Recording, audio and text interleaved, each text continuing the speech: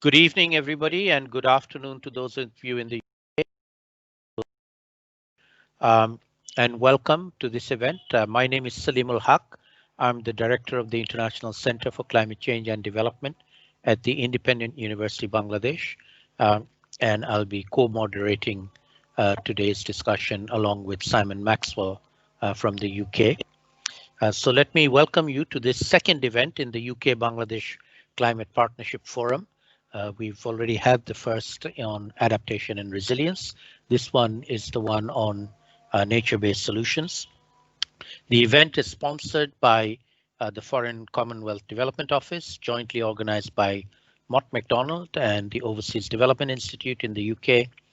And I'm delighted to be moderating this along with Simon Maxwell, and we'll be doing a relay between the two of us for different parts of the meeting as we go along. Just to remind you, there will be a series of 6 events altogether with a combination of case studies from the UK and Bangladesh and a general discussion of the issue as well. The 4 topics are adaptation and resilience, which we've covered already. There's a recording if anybody's interested. Nature-based solutions, which this one is one of the events of. And then we will later in coming months do climate finance and clean energy. So there are 4 different topics that we will be covering over the course of the next couple of months. Let me now hand over to Simon to explain the rest of today's program. Simon. Thanks so much, Salim. In a second, I'll ask John Warburton, who's head of climate at FCDO in Bangladesh, to open the meeting. But a couple of things first. As I said last week, and we'll say again in every meeting, this is about the UK and Bangladesh as leaders working together, not just around COP26 next year, but for the longer term. And both of them in different ways have leadership positions, the UK because of COP, and perhaps because we're the first major economy to have committed to net zero by 2050, Bangladesh because of its role in many ways, but including the Climate Vulnerable Forum. So it's a really good alliance, I think, to take this debate forward. Second, and this is really important for our conversations, this is not, absolutely not about Bangladesh, what it's done and how to do it. We want a two-way conversation, and we've been very careful to structure the programme so that we have balanced case studies between the two countries, and we set up a dialogue between them.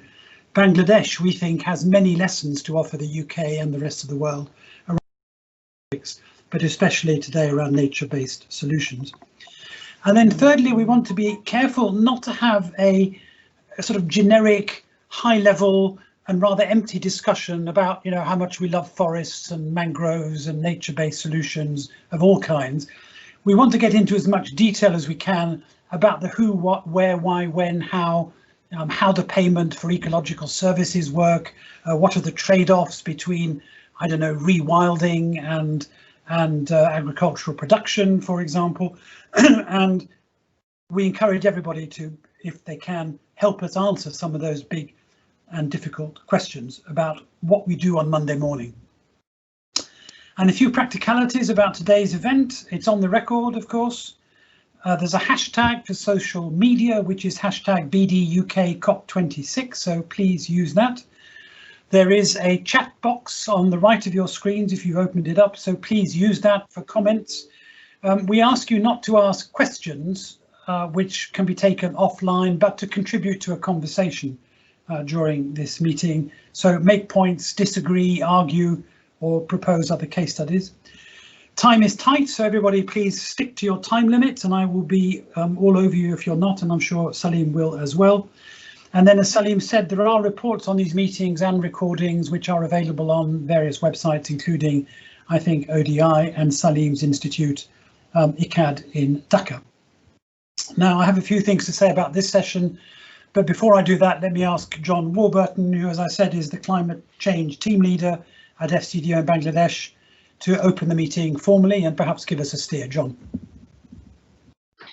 Thank you so much, Salim and Simon. Yes, it is my pleasure to be opening the second forum in this series. And as you said, I head up the climate and environment team within the Foreign Commonwealth and Development Office in Bangladesh. The first forum focused on adaptation and resilience. It attracted over 150 people at each, and we had extensive media coverage. We're really delighted that the events have sparked so much interest, and I personally found the information fascinating and provided lots of ideas for follow-up. So obviously we hope exactly the same for today and tomorrow's events. And we still welcome feedback from participants on how we can make these events even more useful. I just want to speak very briefly on two issues in relation to nature. First, the political commitment that we're already seeing, and second, putting these commitments into practice, including through a new UK-Bangladesh bilateral program that we're developing. And I'd just like the opportunity to speak quickly about that. But first, the political commitment. Today's theme is nature, and we know that tackling biodiversity loss and ecosystem degradation goes hand in hand with tackling climate change.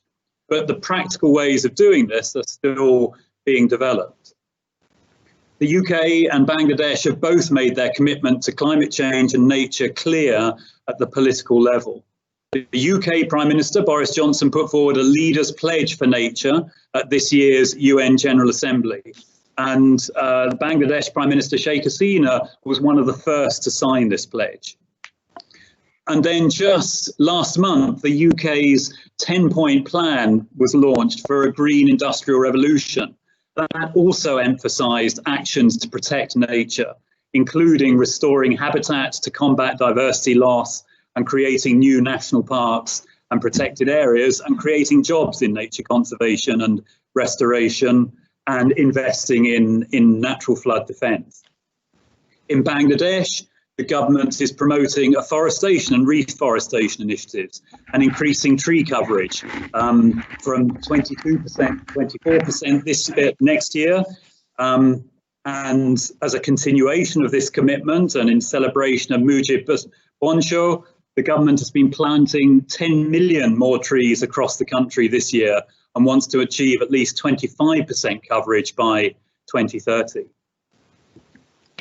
But these are just some examples, and we know there are plenty more ways that we can link our climate action and our work on nature. But how do we put these commitments into practice? I mean, it's not just about conserving nature in situ, as this is, and as will be made clear from the Sundarbans case study that we're about to hear about. It's also about integrating nature solutions with all of our climate work, both on adaptation and mitigation. Nature provides solutions for a changing world, whether it's different crops that are more tolerant to more salty or drier or hotter conditions or wetter conditions, or providing natural drainage to reduce flooding, as we'll hear about from the case study in Leeds. We have much experience to share and learn from each other. As Simon was saying, this is not preaching, this is about sharing sharing as a partnership. Just on a personal aside, in the 1980s, rather a long time ago now, I worked for an environmental NGO called the London Wildlife Trust, which still exists and has the aim of bringing nature into London, the capital of the UK. Even back then, our mapping of green spaces throughout the capital was inadvertently identifying the links between poverty and environment. We found that the poorest boroughs were, perhaps not surprisingly, the most polluted, but also had the least access to nature and to green space. Anyway, I'm really looking forward to hearing more from each of the case studies, not least because, as I mentioned, the British High Commission is planning a new bilateral climate and environment programme with Bangladesh, which includes a strong focus on nature-based solutions. We hope to start this programme early next year, and it will have 4 objectives: enhancing adaptation, particularly through nature conservation and natural solutions, expanding renewable energy, improving environmental management, and enabling more public and private finance for climate action, and strengthening the scientific and knowledge base around these issues.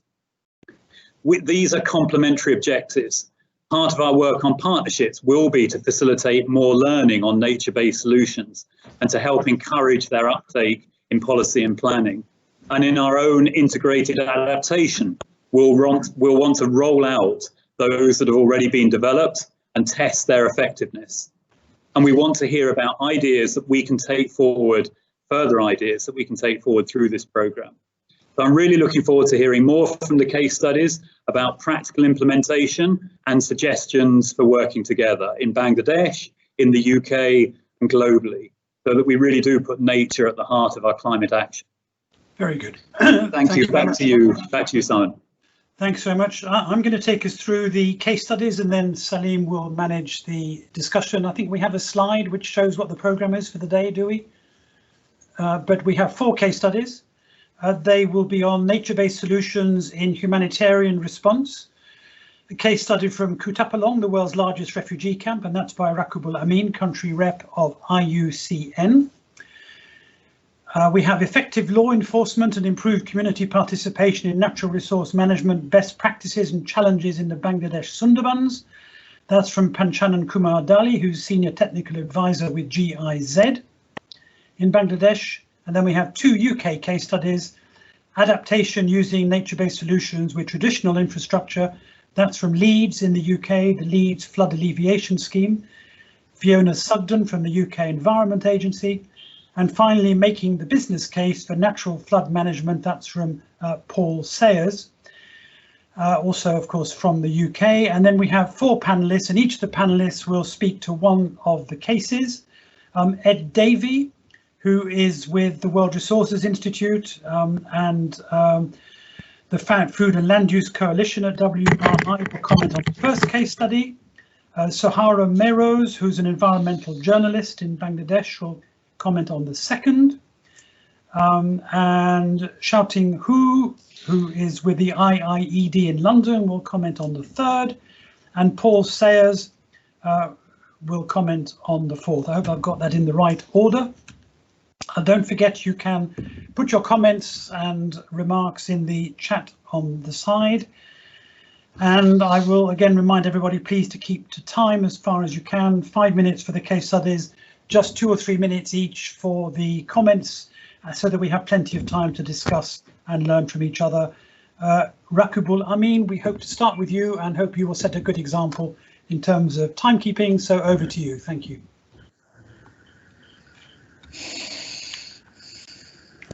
Thank you. Thank you, Simon. So can I have my slides? Okay, I give present the case study from Kutupalong, though I mentioned there's a nature-based solution for the humanitarian context, but not necessarily these are designed as nature-based solution. Rather, I would say that activities we are doing, which has a merit to be bundled as a nature-based solution. To put things in context, in August 25, 2017, the Rohingya exodus started to come into Bangladesh, and the consequence is it triggered a huge humanitarian catastrophe as well as an environmental catastrophe. As you can see from the picture on the bottom, the Rohingya camp was established in the middle of the forest. Next slide, please. Just to put you things in context, within August and September, 75% of the population, the influx happened. And then there you see the maps in the bottom. The red dots are the camp area, and the blue line or the yellow line is the impact area, which is deforested area. And you can see how the area has exploded. And it created, next slide, please. And it created, I would highlight 2 problems. One is the human-elephant conflict, because the camp was established on the path, on the corridor of the elephant crossing between Bangladesh and Myanmar. And another was a deforestation, landslides, and other issues that, of course, there, but I'll concentrate on this too. On the left, you see the casualty happened between September, when the influx started, and February 2018. Before we started our work, we started our activity with the agency, a partnership from March 2018. And the bottom picture, you can see that is mimicking the cows in the initial days, and also the training that we have done. And the picture on the top is showing the result. The people are organized, they are really handling live elephant, and it's a pretty success with 0 casualty. Next slide, please. But this is only a risk transfer. It's not actually addressing the root cause, which is the blockage of the corridor. And we need to work at the scale. The map on the right shows the elephant corridors and the paths and everything. So we need to work at the very landscape level. If we can do that, that can constitute as an NBS right example.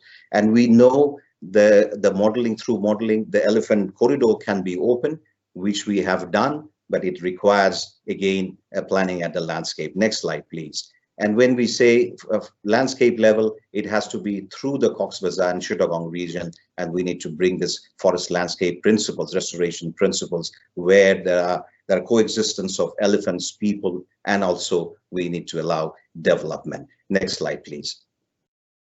And this map on the right is showing the blue lines are the waterways or the streams where the camp is. This is very important because from the climate change perspective as well, 70%, more than 70% rainfall happens between June and September, and this area gets flooded. So keeping that watershed, keeping that the streams open is very important.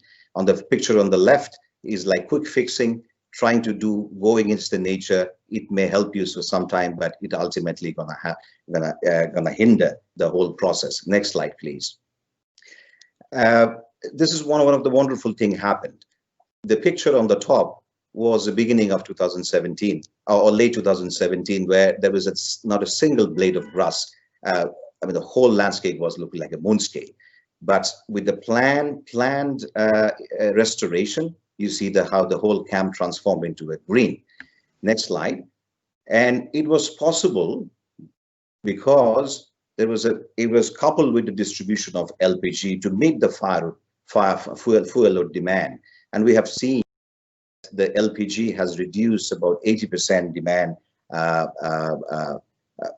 So these two can be bundled. So when we say NBS, it's afforestation restoration is not alone. You have to do a little extra. LPG in that case is a little extra. Next slide, please. And one of the things that we must remember what we are trying to do is the people, especially in the case of the refugee, the culture. Preservation of culture is very important because it relates to their resilience. And Kutupalong offers an opportunity to learn what is happening, because at this moment, the 70 million population is 70 million people are displaced. With the climate change, with the uncertainty, this may go up in the future. So we need to learn and unlearn, perhaps. And we humanitarian actors and environmental actors need to work more closely to prepare for the uncertain future. Next slide, please. Rakub, another minute. That's all. As metaphorically saying, there's an elephant in the room and we need to talk about it. Thank you very much. Very good. Thank you very much. Ed, let's go straight to you. I guess you don't have many problems with elephants in a UK context. Thank you, Simon. Bangladesh's leadership here is really very striking. The country is a humanitarian leader, but it's also showing the world now how nature-based solutions can improve the lives of people living in desperate circumstances in a refugee camp. And I do think this is one of the most inspiring examples of its kind, worthy of global replication. I've been particularly struck by the use of nature-based solutions in this camp as just described. And I do think it's a very, very powerful illustration of the role of nature in alleviating humanitarian distress. And my one further observation at this point would be that I feel like the international climate finance that is under negotiation in the context of COP26 needs to be tailored and oriented to enable the support of this kind of use of nature-based solutions in a humanitarian context. Typically, we think about nature-based solutions and the flows of climate finance to that end as being, for example, deployed to support the protection and restoration of the Sundarban mangroves, which are obviously of global significance as well as deeply important for Bangladesh. But I think it would be very, very interesting, perhaps in the context of the bilateral funding relationship that John was describing earlier, to explore, if this isn't already happening, how one might also deploy some climate finance from the public as well as the private sector to support initiatives of this kind. So I'm very, very admiring of what's been done and look forward to discussing these issues more. Back to you, Simon. Thanks very much, Ed. I think we might want to come back later in the discussion when Salim takes over to the how questions, and like who's in charge, is it one authority, are there top-down decisions, or what level of bottom-up participation in those corridors, for example. But let's hold those questions for now and look at what I guess will be a rather different case. Fiona, you're going to tell us about Leeds. Hello, yes I am. Thank you very much. Can we get into my slides, please? Perfect. So 1 in 6 homes and businesses in England are at risk from flooding and coastal erosion, and every time there's a heavy rainfall or a high tide, Environment Agency flood walls and defences protect thousands of people. However, with climate change bringing more extreme weather, more frequent storms, more rain, more flood risk, those engineered protections will no longer be enough on their own, and we need to switch focus towards delivering nature-based solutions and natural flood management to work in partnership with engineered defences that help capture and slow the flow of floodwaters. Next slide, please. Thank you. In the north of England, the Environment Agency are currently working on behalf of Leeds City Council to deliver the largest national programme of natural flood management to date. The programme covers the upper reaches of the River Aire, but will ultimately enhance protection to the Leeds City region. The types of natural flood management that the programme is delivering include woodland creation and restructure, offline storage, and land and river restoration. Next slide, please. Thank you. The catchment covers 700 kilometres squared, which creates a huge challenge in terms of data gathering and management. In order to identify and successfully deliver sites, the team need to know as much as possible about the area that they're working in. So to help us overcome this, the Environment Agency, working with Mott MacDonald, to develop a software platform that will store and manage all of the data associated with the catchment. The platform will facilitate the automation of the end-to-end project process and will consist of a variety of functions, so land bank data management, site concept design, pre-construction activities, carbon calculation and monitoring. With the platform, the team will be able to visit sites with an iPad and have all of the data relating to that site in their hands. They'll be able to work with the landowner to develop solutions in real time, which will then be passed forward for further development through the platform process. Next slide, please. The Environment Agency doesn't intend to purchase land for this project, so another significant challenge for us centres around our reliance on landowners. In order to overcome this challenge, the project first needs to identify who the landowners are and then needs to persuade them to sacrifice valuable agricultural areas to tree planting or other solutions. Of the 700 kilometre square catchment, we currently only know around 9% of the land ownership, and that's through large estate owners such as the National Trust. The rest is made up of smaller, mostly independent landowners. So to enable us to understand the remaining 91% of the catchment, the Environment Agency are working with a group of local organisations that have come together under the collective White Rose Forest, and these organisations already work closely with the communities within the catchment and have long-term relationships with many of the landowners. So they'll help us develop a more detailed picture of land ownership across the project area, and also we hope to be able to build on their existing relationships and use them to help influence landowners to become involved in the programme. Next slide, please.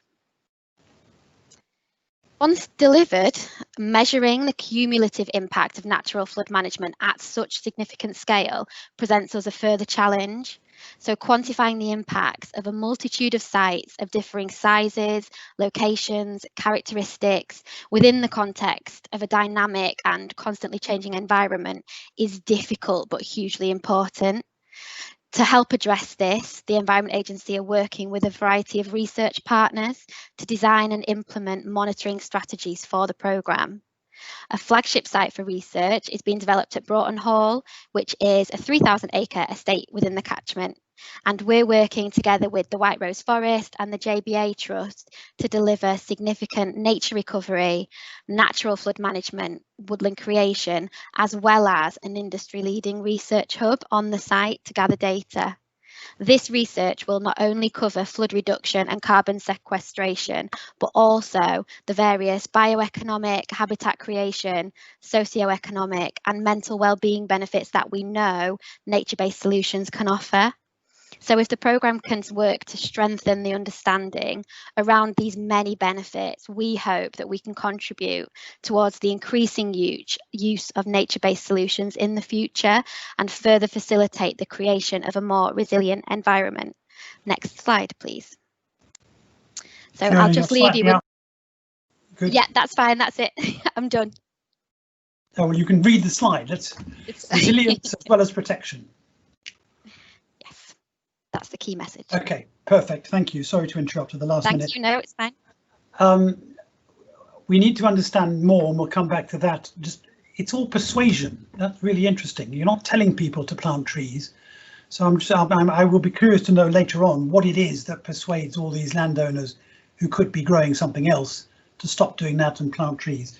So let's come back to that question. Sahara, would you like to comment on this case study, please? Yeah, thank you so much, Simon, and also thanks, Fiona, for a very interesting and insightful presentation. I'd briefly touch upon 3 points: the point on data, land ownership, and sort of communicating the message of the different benefits. So on data gathering and management, you mentioned like a software platform that has been developed, which I think is really interesting. If I just draw a parallel with what's happening in Bangladesh and whether we can replicate that here, I think the only thing we need to consider in this context is whether we have the capacity and the manpower to, let's say, to be able to use these technologies, because this is an actually existing problem, getting the right data at the right time. So I think that's a very interesting point. The second one is about sort of, you mentioned you're working with the landowners and sort of co-creating solutions, which I think is also great. And that's definitely the approach we in Bangladesh aspire to take as well. And I think for that, one of the issues maybe in our context we need to work on is given that a lot of people don't have very clear-cut ownership paperwork, and especially with indigenous communities, it's more of a communal ownership. So maybe factoring those aspects in when designing these solutions is one aspect for Bangladesh that might be slightly different from the case in Leeds that you pointed. And the last thing, I think a really important point you said was about the different benefits beyond just protection, carbon sequestration and flood reduction. I think that just never gets talked about, definitely not as much in our country. And I think if we can better communicate these aspects, like the mental well-being aspect, for instance, of having more nature-based solutions, we can definitely expect better results and better acceptance of these solutions in our country. And that's all from my side from now. Thank you. Very, very interesting. And Panchanan, as you come to discuss the Sundarbans, there's a number of challenges for you in what Sahara's just said around the importance of participation and who decides and co-creation, and also this question of which benefits are valued and by whom. So would you like to give us your case study, please, in a few minutes? Thank you. Good evening from Bangladesh. Good evening to the participant from Bangladesh. Good afternoon to the participant from UK. Can I have my slides, please? I have a slow connection, so this loading is taking quite some time, and we're also on the time pressure. First slide is up, so carry on. Okay, so I would try to speak, and maybe I have to take support, whether even if I don't see, I will speak, because otherwise we will not manage in time. Okay, so this presentation is basically sharing some of the best practices and challenges of German technical cooperation projects in the Sundarban that we are doing over the last couple of years. Next slide, please. Yeah, we've got the slides on. Okay, yes. So Sundarbans, as we know, is the largest continuous mangrove forest in the world, and more or less 3.5 million people depend on the ecosystem services of the forest. Bangladesh Forest Department is the custodian of the forest. Part of the Sundarban is a site, and it is also a Ramsar site. And there are 3 wildlife sanctuaries in the Sundarban, as you see from the map. These sanctuaries actually covered more or less 50%, even more than 50% of the forest, and which is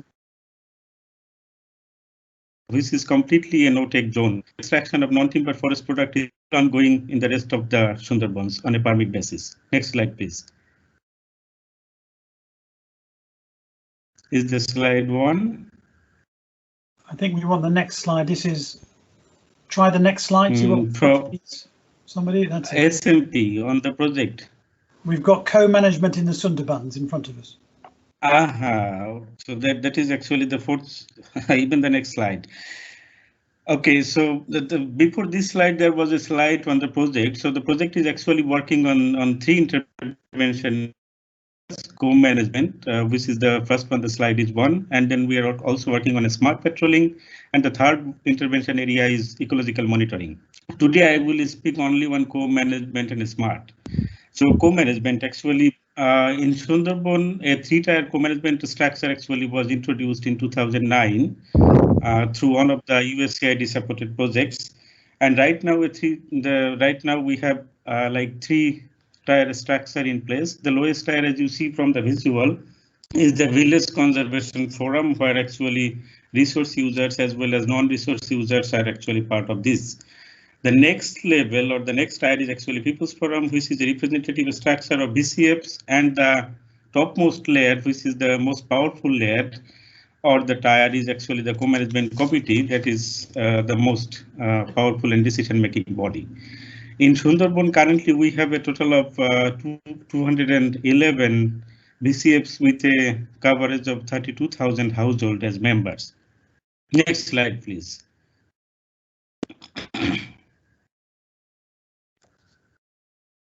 Is the slide one. So this is also about co-management.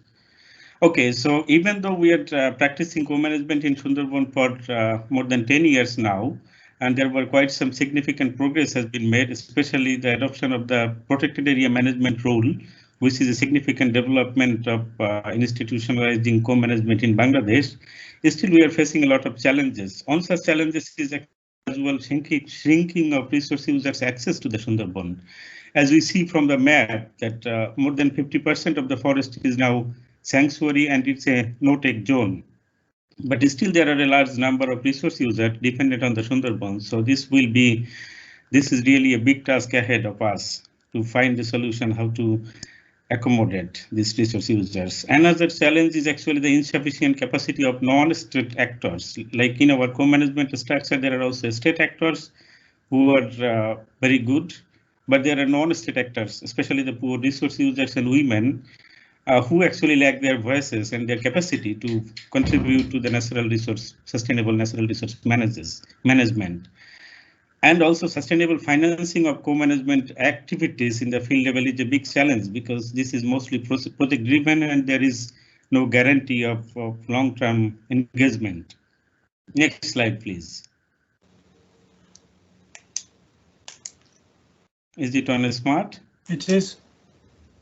Okay, so SMART is a groundbreaking and innovative management tool designed to assist rangers on the ground level. And in Sundarban, we actually introduced SMART in 2016. And right now we are continuing smart patrolling all over the Sundarban. And there were quite some achievements that we made. Like we have a customized data model for the Sundarban, standard operating procedure, and the extensive SMART handbook has been prepared. And all the smart patrols in the Sundarban are actually following this standard operating procedure. We have a smart enforcement committee in place, and they are sitting regularly to review smart reports. And management decisions are also being taken based on the findings of that report. Next slide, please. Wait another minute, please.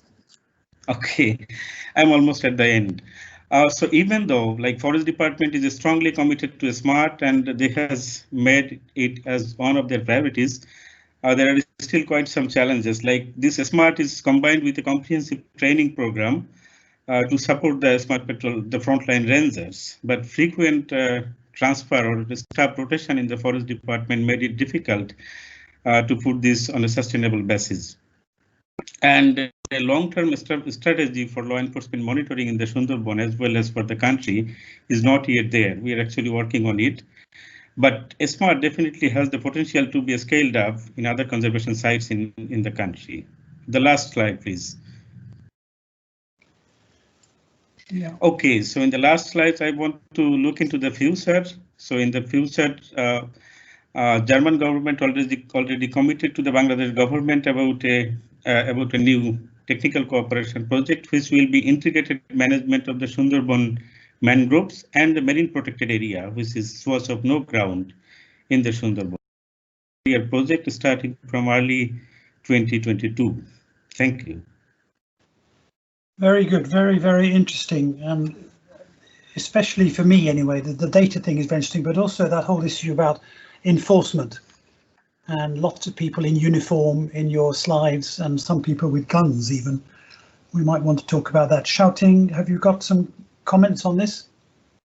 Yeah, I think it's really interesting case. And as you say, there's enforcement, but there's also this part I really enjoyed about actually try to actively let the communities participate in implementing and monitoring data for nature-based solution, and also highlighted the importance for us to look at a landscape, large-scale activities that restore and sustainably manage nature, which is fundamental for ensuring nature can provide the ecosystem services that we all depend on. The innovation of technologies of smart is something that I think there's a lot of future application in both countries that can allow more innovative, participatory, and cost-effective data management for nature-based solution.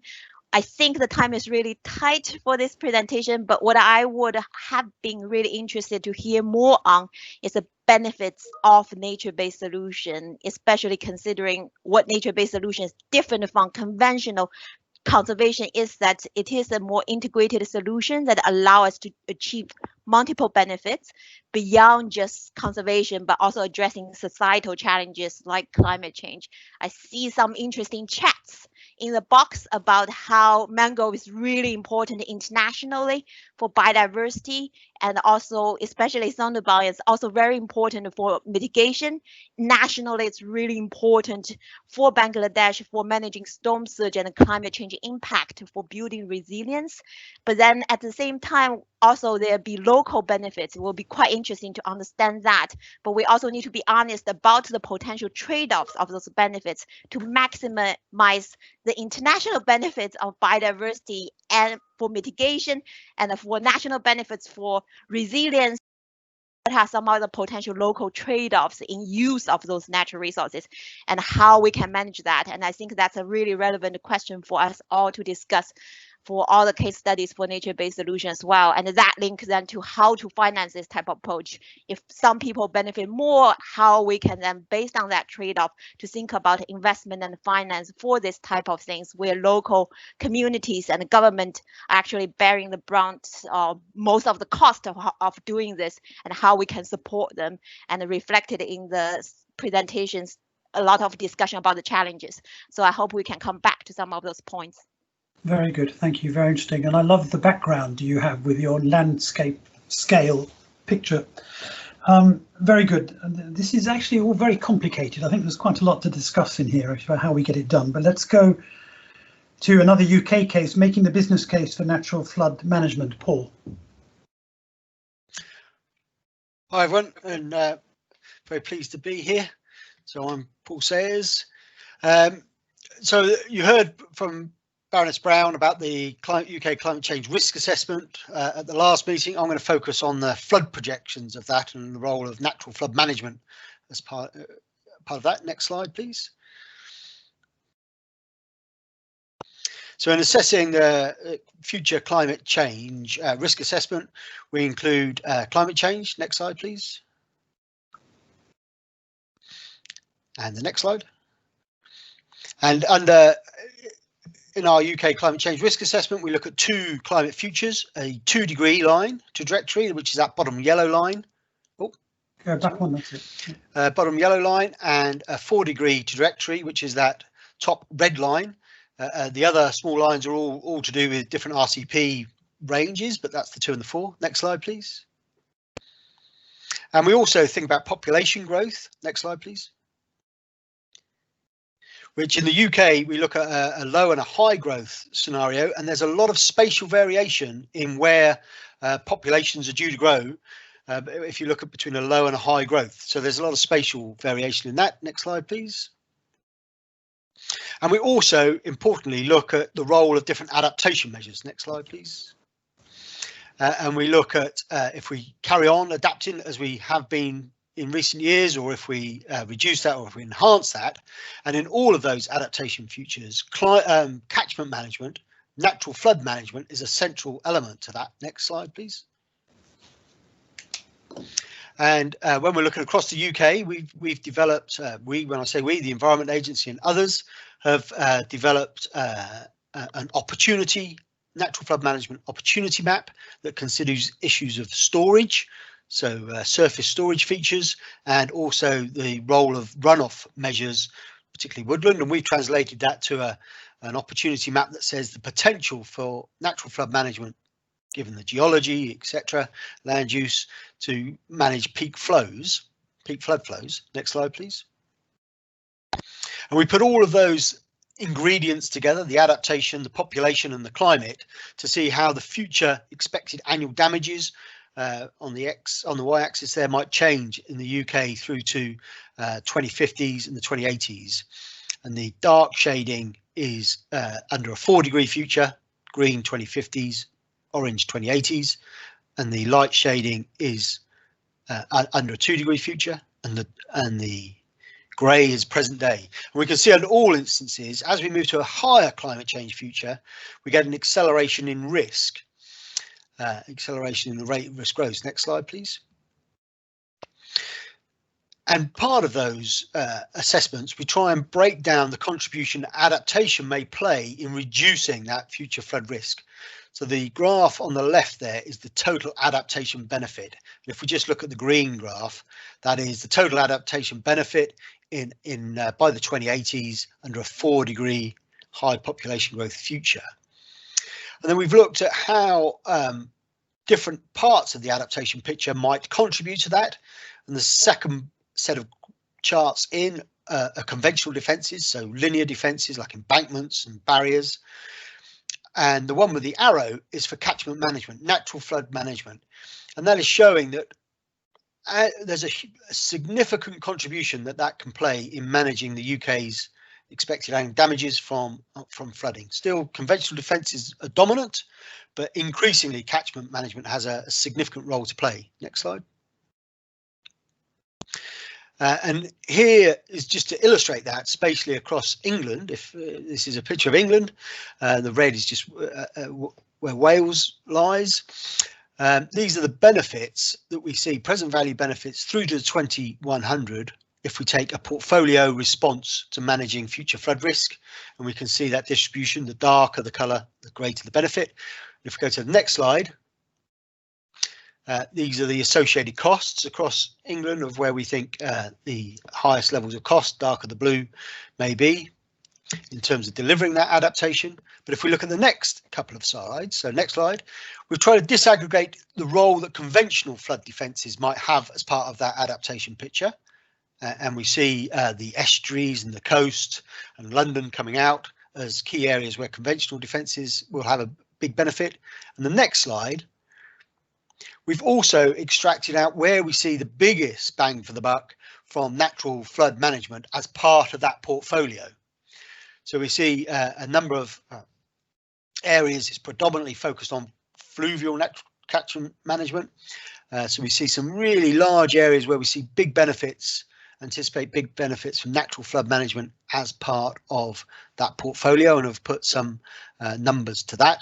And if we go to the next slide, we've tried to downscale that to see how it might play out in a major development corridor that we've got between Oxford and Cambridge. And these are the benefits by the 2050s of implementing natural flood management as part of that portfolio. And interestingly, if we go to the next slide, we can see that their benefit increases with climate change. So in fact, the opportunity for natural flood management to contribute to reducing risk, we see increases as climate change, which reflects its ability to adapt and its ability to respond to that changing climate future. Okay, next slide, please. And just to conclude, nearly finished. Yeah, good. Yeah. Just to conclude, the report highlights that adaptation is really important. If we don't adapt, we see our risks in the UK increase significantly, and the investment in catchment management offers significant returns when combined as part of a wider portfolio, and the benefit cost ratios just on straightforward economic risk reductions are significant. Nature-based solutions are a part of policy for some time, and we are really now starting to see that the will exists to transition that policy to practice. There are, of course, difficulties in doing so. Okay, thank you. Fascinating, thank you. I noticed that Leeds was in one of your dark green areas for nature-based solutions, so there might be a bit of a conversation to have about that. Very interesting, very detailed disaggregated analysis with good cost-benefit work built in. Very interesting, thank you. Mizan Khan, you're going to comment on this. Yeah, thank you, Simon. Yeah, thank you, Paul, for presenting a very good presentation. I'm not an expert on UK flood management, but being a conscious citizen of Bangladesh, I know my territory better. We have many similarities, but first, in few comments, I wanted to focus on Paul's approach of cost-benefit analysis and an approach of systemic approach. This is very, very important. In fact, most of the bureaucracies around the world still are not ready to work with a systemic approach. And the education system, as an educator, I hold responsible our education system. I like one quotation from Ortega Gasset, a Spanish philosopher, who talks of modern education making learned ignorance. That is, we tend to learn more and more of a smaller and smaller phenomenon, tending to lose the sight of the forest for the trees and leaves. And that is where the systemic approach to nature-based solution and ecosystem management doesn't come in. So my focus will be on having an extended view of benefit cost ratio, which under neoclassical economics we may not have. So we need to have an extended version of benefit cost ratio, which Paul has shown that in all cases, the benefit cost ratio is very, very high. And if we can factor in the non-economic goods and services values, then the benefit cost ratio will be much, much bigger. But for the last 200 centuries, 200 years, for example, we as human beings, based on our modern education, have tended to develop a kind of hubris that controlling nature is kind of a destiny of humanity. And this is wrong. That is the reason nature is taking reference. So let us get back to nature with our new value systems, and that should be incorporated into our educational system. And I think instead of neoclassical economics, we need to take loans of ideas from the ecological economics, which tends to be grounded to finite realities of nature. So I think 2 minutes, 3 minutes, this is much. I can come later. Fascinating. Okay, thank you. Fascinating. Thank you very much. I'm going to hand over to Salim for a discussion, and we have nearly 40 minutes, which is great. Let me just summarize what I take away from these sessions so far, and great presentations and very good comments, so thank you all very much. The first is, this is really eye-opening about the potential of landscape scale interventions in forests, in wetlands, in peri-urban cities, in coastal habitats, and I think the potential that you've all demonstrated is really exciting, and there are multiple benefits, not just climate change, but also jobs and other, biodiversity benefits as well. So that's one important conclusion. The second is, I think you've demonstrated, many of you in your case studies, how important it is to have good data and good analysis backed up by institutional research on these topics, and it needs to be granular and detailed, as we saw in both the Bangladesh and the UK examples. And I guess nobody will disagree with either of those conclusions. So I think we can bank those, if you like, and in the discussion move on to what I think is the more difficult terrain, which is the who, what, where, why, when. A fascinating discussion emerged from the case studies about who decides, you know, variously labelled as participation, co-creation, co-management. We need to be really wary of a discourse that assumes that community always consistent, coherent interests, that there are no divergences within communities, that you can just say we've consulted the community, tick. So who decides, and what's the relationship between the local, the regional and the national in that context? The question of incentives and the incentive and regulatory framework. I mean, as an economist, I'm used to discussing this topic in terms of payment for environmental services. It was very striking to me to hear many of you talking about, you know, persuading landowners, working together with communities. How far can that go? And in some cases, we saw the need for rules, for regulation, and for sometimes quite strong-armed implementation of regulation, for example, in the Sundarbans. And then finally, the issue of funding and how much of this can be done on the very small budgets everybody is coping with. And we saw some interesting work on cost-benefit analysis, and that raises the issues about where the high priority funding is going to come from, especially, I guess, post-COVID, when everybody is very short of money. So that's all from me for now, but let me now hand the stick in the relay back to Salim, and we have a good half an hour to develop those and other issues. Salim. Thank you very much, Simon, and thank you to the speakers and the panelists. We also have a chat going on with questions and discussions there. What I'm going to suggest is that people keep an eye on the chat box and answer questions that might arise there. And for those of you putting questions in the chat box, I'm not going to be taking questions right now. We're going to have a discussion about moving things forward, but we will certainly try and come back to you with answers to your questions. You can go to the LinkedIn page and a place where is on the website that you can have a look at. But in any case, we will get back to you with answers to questions. But instead of making this a Q&A session, what I want us to do now is to talk about taking things forward. And the way I propose to do this is I will ask a question to all 4 Bangladeshi participants, all of whom are very knowledgeable and experienced in the case of Bangladesh, and then a question for the 4 UK-based participants as well, both speakers and panelists. I'd like each of you to take maybe a minute and a half to give your top priority answer, not long list, but a number 1 item in answer to my question.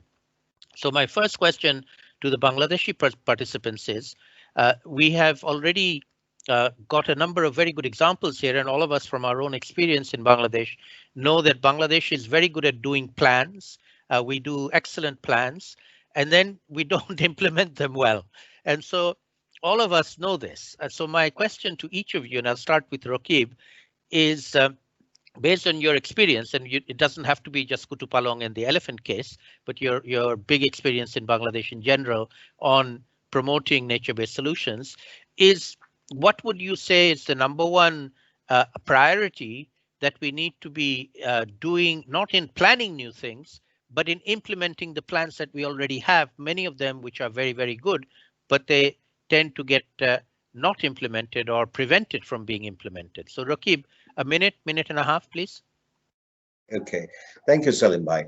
And you very rightly say that we make plans and not necessarily to transform them into actions sometimes. And one of the reasons I see behind it is a lack of coordination. And if you look at the budget allocation, different ministries, the Environment Ministry probably ranked very low. And in terms of influence, the political influence, it's probably is not as good as other stronger ministry like Ministry of Finance or Ministry of Water. So rather than making the environment on NBS only the responsibility of Ministry of Environment and Forest or Forest Department, we should, make it cut across all the sectors. And this is where I think we are lacking. There was in the chat box, there is an example given about the railway line that cuts through 3 protected area, and that's going to aggravate the elephant situation further. The question is, did not policymakers knew about it? Probably yes, but probably the lobbyist group, or I don't know what, maybe it happened so. So how we can backtrack from that and bringing good example like what we have seen, the flood management from the UK, similar kind of an example. I think we need practical demonstration. There are few, but scaling it up, I think that we talked about today about the scale, and this is where we are failing. And it needs forms of leadership and leadership not only from one certain ministry, leadership from all the ministries, all the agencies. Over to you, Salim Bhai. Thank you very much. So very good point. So let me move on to Sahara. Any thoughts in terms of how do we improve the implementation of the various plans that Bangladesh has? So thank you, sir. Since I do a lot of work with very grassroots level initiatives, my feedback and my suggestion actually pertains to that. So I'd say, given that it takes a lot of time to move the institutional levers, given the bureaucracy and the structure of organizations, one thing we often dismiss is the small innovations and the small initiatives that come up from, let's say, youth or very community level organizations on the ground, that maybe these are not scalable.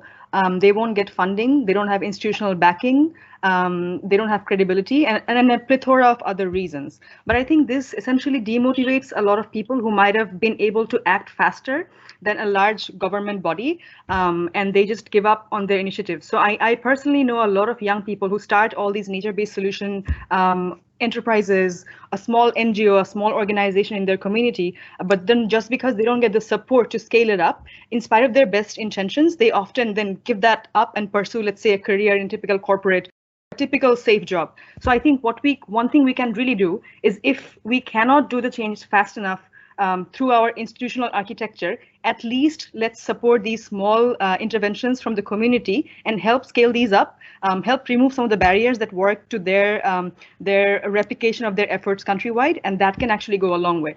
Thank you. Thank you, Sarah. Excellent suggestion. So let me now move on to Panchanon. Would you like to just share your experience and your idea of what needs to be the first priority in terms of improving implementation of the plans that we have on paper? Thank you, Professor Salim.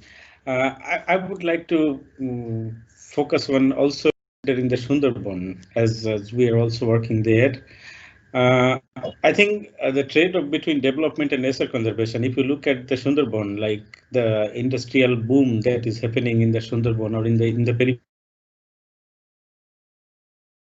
periphery of the Sundarban, so we can see clearly the priority from the government is actually development and looking at the nature. So we have to find a way out how to balance this, because we both need development. We also need to conserve this unique ecosystem, this unique mangrove that we have.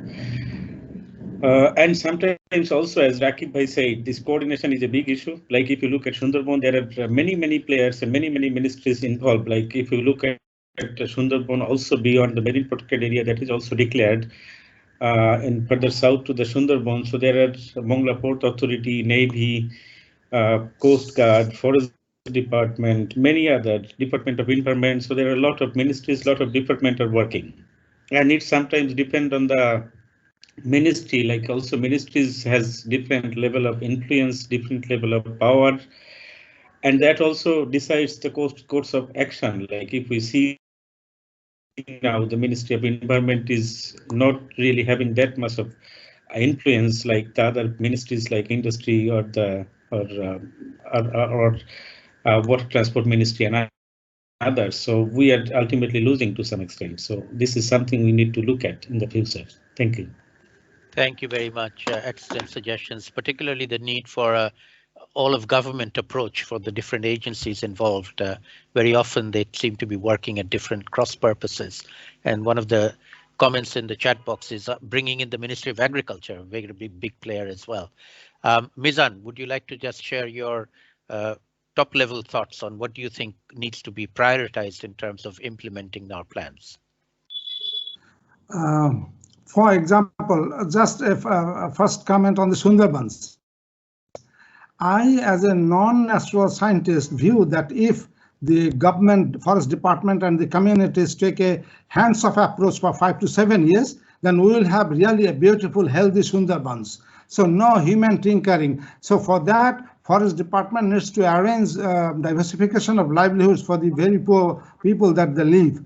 Another is about, for example, living with floods. In Bangladesh, we have a debate for long years whether to live with floods or we have to depend on built environment. I think Bangladesh, over 80% of our land is floodplain, so we need to learn to live with floods. That has been historically proven a successful one, which saves and keeps people out of harm's way. And for plan implementation, I think governance need to be ensured better with involvement of community leaders, with civil society organizations, with academics and all that. And finally, for plan implementation, we need a strong capacity building, which really we lack in terms of this new area of climate change management. Thank you. Thank you, Ms. Ann. Let me now turn to our UK-based speakers and commentators. Unfortunately, Ed David had to leave, so we're going to miss him. But let me ask Fiona and then Paul to reflect a little bit on this issue of how does one involve multi-stakeholders, both from the planning side, from the government regulatory side, as well as ordinary people and communities in implementing nature-based planning activities. Some of the examples that you gave us have some good examples there, but how does one scale these up? And what kind of lessons do you think might be useful, not just in the UK context, but also for us in Bangladesh? Fiona, would you like to go first? Yeah, absolutely. And I completely agree that stakeholder management is one of the key things that we are working on, one of the biggest challenges that we're finding as part of our project. And I think one of the issues with that is that we struggle with visibility. So flood walls and concrete solutions are instantly visible, and the impact that they have there is instantly visible as well. So you can see social media and all of the different kind of images of flood defences doing what they're supposed to do in times of flood, whereas nature-based solutions, kind of integral to them being successful is that they aren't widely visible, and that they kind of blend themselves into the natural environment, and they're also a monetary and they're not just a monetary investment. So it takes time and it takes effort, and for things like tree planting, years and years and years until they have a real impact. And I think it's getting that message and that understanding across of the benefits within the communities, within the kind of communications, engagement and promotion activities that we do, that is really important, so that people are kind of much more on board with the work that we're delivering and the long-term benefits that it can have, rather than just we can't see it having an immediate impact, so we'd rather see the concrete solutions. And it's getting that message across. We're doing loads of work with community groups, environmental groups in all the different communities that we're working within to try and build that conversation and build that confidence in the work that we're doing. But it's definitely a really important part of the work that we're progressing. Thank you, Fiona. Paul, would you like to share some thoughts from your side? Yes, thanks. Yeah, it's definitely a tricky question. I think there's two thoughts from my side. We're doing quite a lot of work with WWF and linked in with WWF China. And one of the key phrases in there is a more strategic approach. So it's not either conventional defence or natural response, but it's some blended action that is important, and recognising that natural infrastructure is a legitimate process, setting mission, but and as long as you can identify the various contributions, that's important. And the other is have a phrase in one project which is around break free of the silo. So you have to try and break free of your own silo. Integration is quite often framed in that someone else should be integrating with me. But the break free of your silo is the and make sure that you're reaching out to others to create that joined up response is we see as a key thing. So those two, it's not a competition, but that strategic approach allows you to blend natural infrastructure with conventional infrastructure and other responses, and then make sure that you are reaching out of your silo to help it happen. Great, thank you very much. I like that. Break out of your own silo first. Yes. Good one.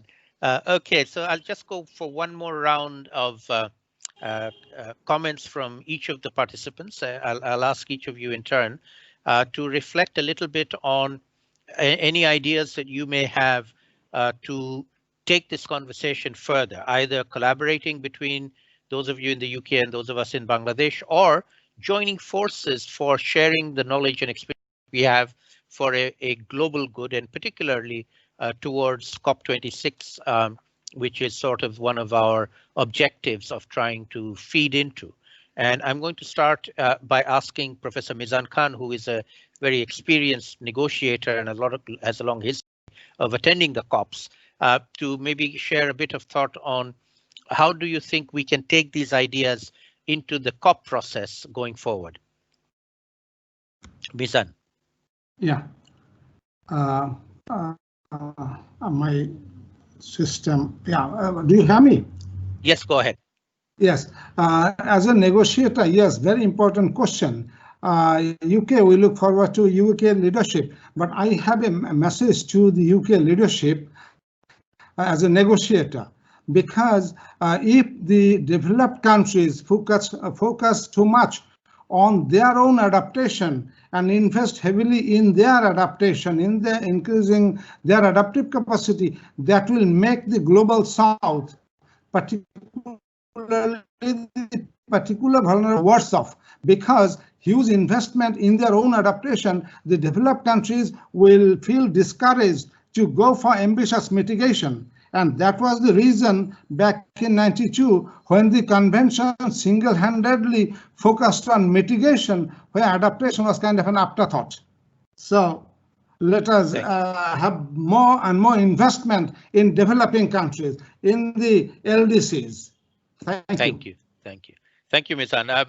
My sincere apologies. I missed out Xiao Teng from my previous round of questions. Xiao Teng, if you wouldn't mind sharing a little bit of your own views on how we can take this issue forward, both in the context of involving different stakeholders, but also taking it forward in the context of perhaps Bangladesh and UK researchers and others collaborating in the global public good arena, as it were.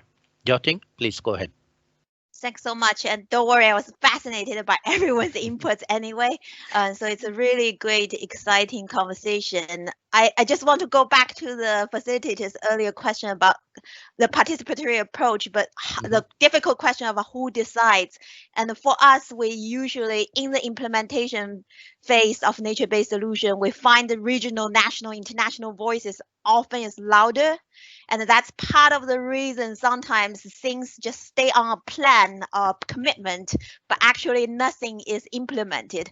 The important thing is that sometimes local voices is often missing. That's not only local communities, but also sometimes local government who need to juggle different conflicting policies from different sectors. So they often need more supporting that type of participatory approach, because they're usually more vulnerable, weaker capacities. So their voices really need to be supported to be heard.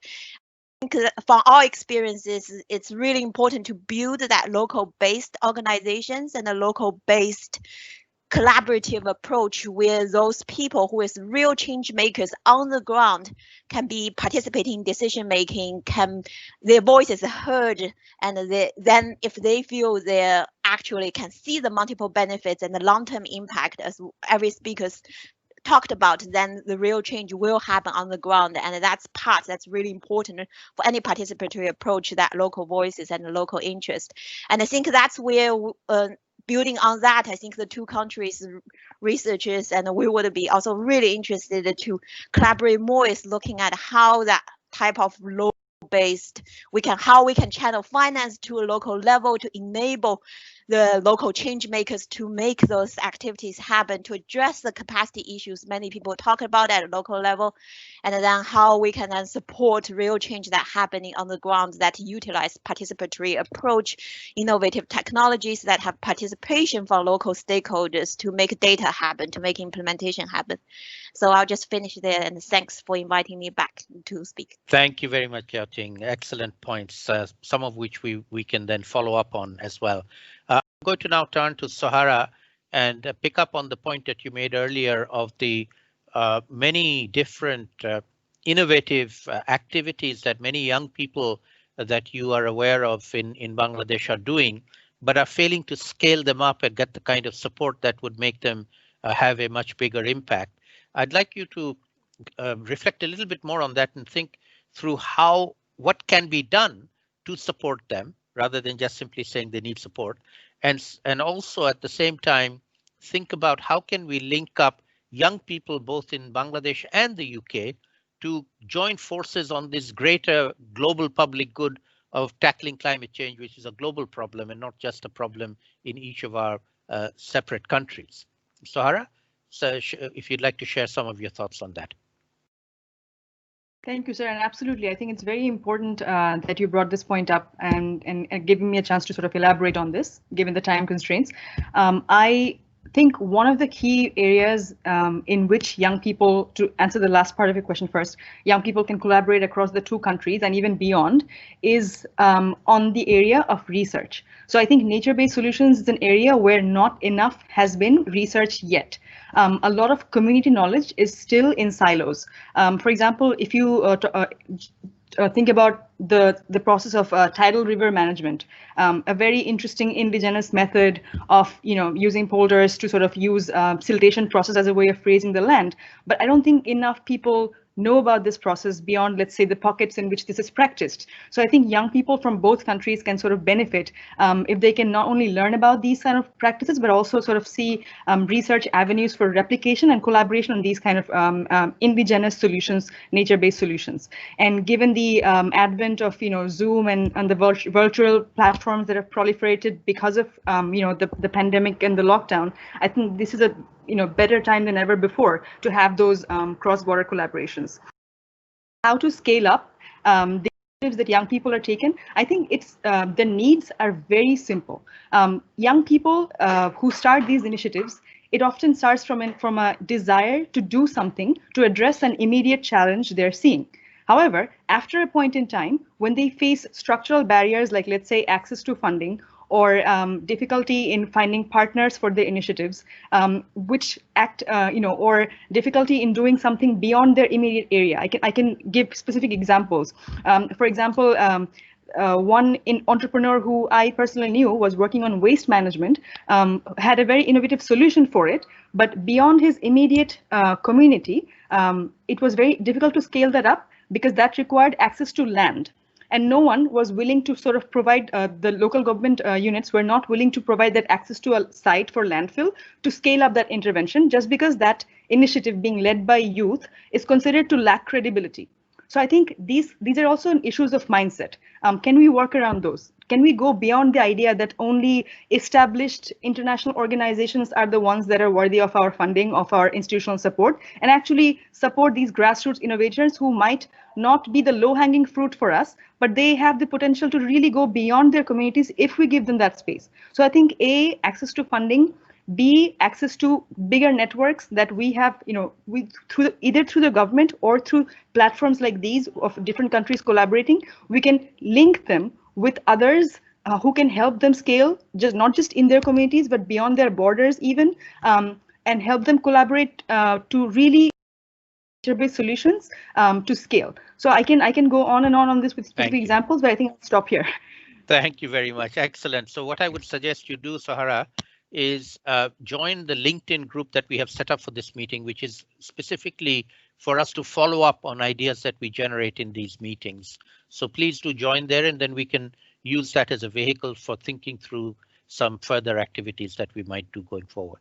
I'd now like to turn to Rakib, given that you are working with an international organization, IUCN, in Bangladesh, but you have a big reach. IUCN is a global organization. How do you see us linking the local to the global, or the national to the global, particularly on this nature-based solutions area, which is obviously IUCN's major forte? Rakibul, some thoughts quickly, please, because we're not going to, we're running out of time. Please go ahead. Okay. Thank you, Salim Bhai. Yes, I mean, I'll feedback on Sohra, like the things that needs to be done at the local scale and it involving youths. And there are ways of doing it. I mean, one of the mechanism I would say that I used to run a small grants program for 11 Asian countries, where we could involve, very local NGOs in youth groups. So, deconstructing all the institutional barriers is important. And whereas IUCN as an international organization, as you said, and having a presence at the ground level, at the regional level, and the global scale, and cross-cutting and making this, lessons learned from the ground and taking it to the global level, which is very much possible what we have been doing. The MFF Mangrove for the Future work, I mean, I give an example, and between Bangladesh and India, we are trying to develop this benefit sharing between the Meghna region and bringing this NBS. And in terms of the mangrove, the coastal areas, linking all the countries from Indonesia to Bangladesh, and now with the blue economy, with the coastal zone management and also areas, beyond national jurisdiction. So that different scale, organization like IUCN, WWF is working. There is, NBS, IUCN is a global standard. It needs to be followed in a sense. There is a danger of diluting it too much, or is a danger of making it too rigid. So what we call nature-based solutions. So there are criteria, and we need to understand that geoengineering cannot be or may not be a nature-based solution. The perfect example given by our participants from UK, that how you integrate both the participants, how you integrate local perspective with the national and local policy and processes. And this is where I think organizations like IUCN can do a lot. Thank you, Salim. Great. Thank you very much, Rakib. So very quickly, again, let me turn to Panchanan. You work for GIZ, also another international organization, although you work in Bangladesh on mangrove forests. But do you want to just share some very quick last thoughts in terms of how can we expand the knowledge sharing from the very local in Bangladesh mangrove Sundarbans to a much broader global perspective for, say, mangroves in other countries as well? Panchanan, would you like to respond? Yes, thank you. I think Rakib Bhai can also tell better. There was an excellent initiative from IUCN before, that was Mangrove for the Future. I don't know whether that is still running or not. So initiatives like these, like linking these mangroves with other mangroves, could be an excellent idea of sharing experiences and knowledges. This could be something to look at. Except this, especially for the Bangladeshi Sundarban, like GIZ is working with this technical cooperation with the Forest Department for like say 5-6 years already. But if you go inside Sundarban, the infrastructure of Forest Department, also if you look at the looking condition of the frontline rangers living inside the Sundarban, we need to do something with that also. Like we need also investment inside the Sundarban to improve this infrastructure, improve the living condition of the frontline rangers. Otherwise, it will be difficult for them to protect this unique ecosystem. Thank you. Very good. Thank you very much.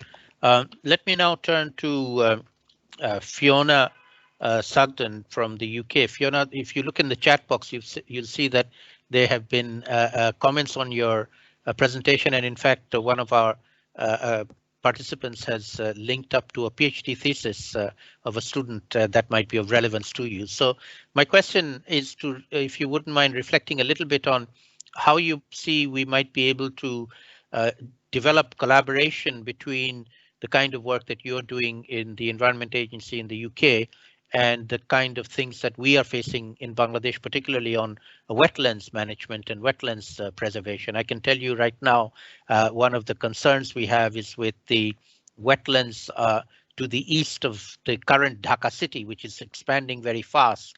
And one of the worries that those of us who are worried about nature-based protection is that the wetlands may disappear to the detriment of the new Dhaka city that is now being expanded very rapidly. So are there areas you think we might be able to collaborate with each other on sharing knowledge on how to do things rather than just a theory of them? Fiona. Yeah, absolutely. And what I would start with saying is that the work that Mott MacDonald are doing for us and with us on managing data, every single thing that we do, we're doing with the intention that it's completely replicable. So all of the data management software pieces and tools and things that we're developing, we're doing so with the aspiration that these will be shared nationally, if not even further. And I think that the management of that data is what has proved critical for us in understanding the area that we're working with and where the challenges are and where we need to focus our efforts, and then how we can make that process as efficient as possible so that it doesn't feel like it's a real struggle to get things done. And it also helps us to put the work that we're doing into context so that when we are progressing through business cases and trying to justify in the work that we're doing, we have that data kind of really easily accessible to be able to back that up. And I think that would probably be useful in your case as well, to be able to kind of visually represent the impact that your kind of growing population, growing cities and things are having on the wider environment. What I would also say, and I completely agree with Sahara, that research is absolutely critical to us, and it sounds like to you as well. And we're liaising with students and universities and as many different kind of research centres of excellence that we can, to be able to build that understanding. And now is as good a time as any to be able to share that virtually across the world, I guess. So yeah, lots of opportunities, I think. Excellent. Thank you very much, Fiona. So lastly, let me turn to Paul and ask you to reflect a little bit in terms of, you know, how do you downscale plans from the national to the local, and in particular then involve people in the understanding of the plans and then implementation of the plans? In Bangladesh, we also have a very planning commission. We have very strong top-down plans. Every 5 years, we do a big plan. We have a long-term Delta plan, but plans are all right. They're good on paper, but we, as I've said earlier, fail to implement them on the ground, and particularly as we downscale them from the national down to the very local. And I'd love to hear your thoughts on how we might be able to maybe collaborate on that issue going forward. Paul? Yeah, that the translation gap is definitely an important gap. I think what we are doing in the climate change risk assessment, that national work, is you're making the case. You're making it clear that there is a case for it, and if you can make that case clearly, that ends up in national guidance documents, and importantly incentivized in the way that funding is released for schemes, because local schemes tend to respond or are either facilitated by or constrained by the way national funding operates. So one of the things we've been doing in that climate change risk assessment work is reinforcing the case for nature-based solutions as part of that broader portfolio. That's supported by and connects with a series of pilot money that the Environment Agency has given local groups to show how nature-based solutions can work in reality. So there's a bit of priming the pump action that shows that these great ideas that we've got nationally actually do translate to local action. So those priming the pump activities are really important to give the proof to the pudding and allow the local communities and local catchments to say, yes, we're going to innovate because there's a funding stream for this innovation. Great, thank you. Thank you very much. Very practical suggestions. So I want to thank all of our speakers and panelists for some excellent inputs and thoughts on how we might take things forward. Before I hand back to Simon to conclude this particular event, let me just share a couple of things from my side. Firstly, We have had quite a lot of discussion in the chat box, which I hope everybody's kept an eye on. I haven't brought them into the conversation because we will continue those conversations, hopefully in the LinkedIn platform that we have created. So I encourage everybody to join the LinkedIn so we can continue these conversations going forward. And also let you know about an opportunity that my center is going to be doing in January. It's called Gobeshona. It's a Bangla word for research. From the 18th to the 24th of January, 7 days, we are going to be running a major international conference on climate change, where we would invite, there'll be sessions on nature-based solutions there, where we invite everybody to join us if you can. I'll put the website in the chat box for your information. But now let me hand over to Simon to bring things to a close from our side today. Simon?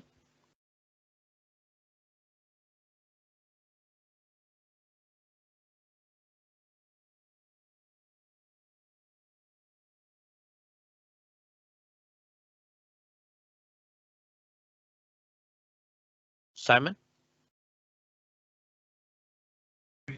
I'm muted, sorry.